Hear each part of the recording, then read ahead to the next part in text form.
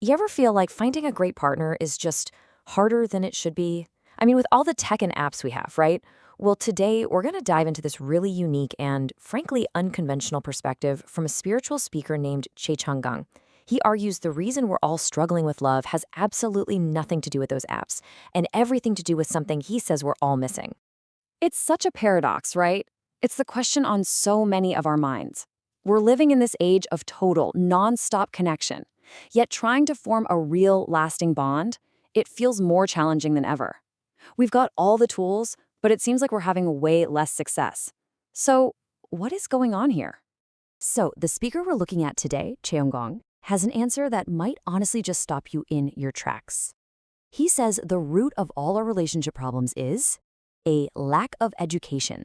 Now hold on. Before you start thinking about your diploma or your college degree, that is not what he means. Not at all. Okay, so to really unpack what he means by this lack of education, we first have to look at how he sees the problem itself. And for him, it all boils down to a fundamental crisis of connection. Yeah, here's that paradox he keeps pointing to. We are absolutely drowning in information, but we're starving for actual wisdom. We can connect with literally anyone on the planet in a matter of seconds, but we can't seem to connect meaningfully with the person right in front of us. And in his view, this isn't just you having a string of bad luck. Nope. It's a symptom of a much, much deeper societal issue. And that brings us right back to his core idea, this missing education. So what exactly is this education that he claims we never got?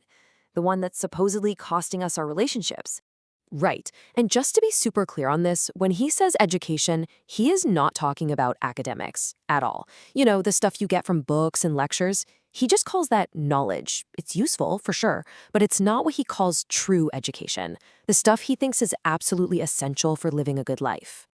So what is this true education then? Well, he defines it as this really deep, fundamental understanding of three big things: society and how the world works, your own basic nature, and how to actually interact with other people. It's kind of like the operating system for living a good life. And he says we were all just never given it. His philosophy actually breaks this all down into three key pillars. Okay, so first, there's social education. That's about truly getting how society works and what your place is in it. Second, character education. That's about knowing who you really are, deep down. And third, you have etiquette education, which is all about learning the art of getting along with other people, harmoniously. And okay, here is where it gets really, really interesting. He argues that if a person doesn't have this true education, they fundamentally lack charm. Think about it. You can be brilliant, you can be super successful, but without this core understanding of yourself and others, you're missing that magnetism, that pull that you need to attract a really high-quality partner. Now, the stakes in his philosophy are, well, they're incredibly high. He makes this really stark distinction between two completely different ways of being, what he calls a human life versus an animal life. Yeah, this is a really powerful and, for a lot of people, a pretty jarring quote from his teachings. In his worldview, if you're living your life without a clear purpose, without a real reason for being, you're just not fulfilling your potential as a human. It's a bold, bold claim, for sure, but it's meant to be a wake-up call about living with intention. And you can really picture these two paths, can't you? On one side, you've got the animal life. It's just kind of drifting along, reacting to whatever happens, basically just hoping for good luck. But then you have the human life. That's all about proactively moving towards a clear goal, creating value, and living for something bigger than just yourself. So, if living without a direction is the problem, well then finding that direction has to be the solution, right? And this brings us to his absolute core concept, the path of purpose. In his teachings, your purpose is called halil in Korean, and it literally translates to the work to be done. But look, this is not just about your job, not at all. It's about your unique contribution to the world, the specific thing that you were put here to do. He says this is the engine of a truly meaningful life. And according to his teachings, when you live this purpose, the rewards are profound. It becomes the source of all your energy, your vitality. He even says it can influence how long you live. It acts like a magnet, just pulling the right people and opportunities to you. And on a deeper spiritual level, he claims it's the only way to resolve your up, or what we might call your karma. So how does this attraction thing actually work? Well, he explains it with this really cool concept called Jilyoung. You can think of it like a kind of spiritual mass or quality. Remember that charm and magnetism we were talking about earlier? This is the engine behind it. The idea is, as you dedicate yourself more and more to your purpose, your Jillion grows. It gives you this natural spiritual gravity that just pulls people and opportunities towards you. And this is where it all comes full circle, connecting all of this inner work right back to our original question about finding love. This final section is all about your partner, your mirror.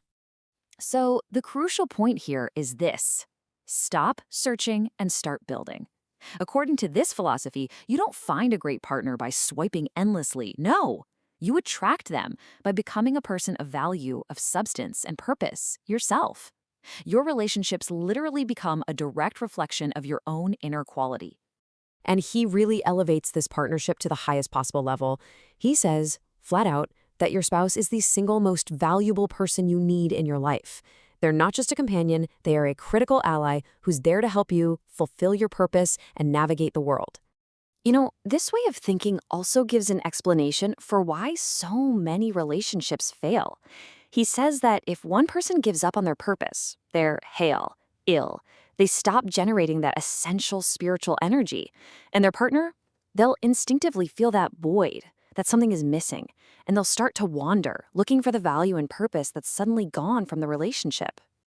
And according to him, this is not some rare problem.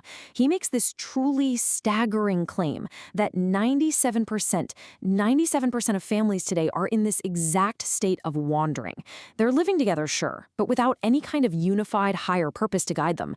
It's a really bleak diagnosis of what he sees as a massive spiritual crisis.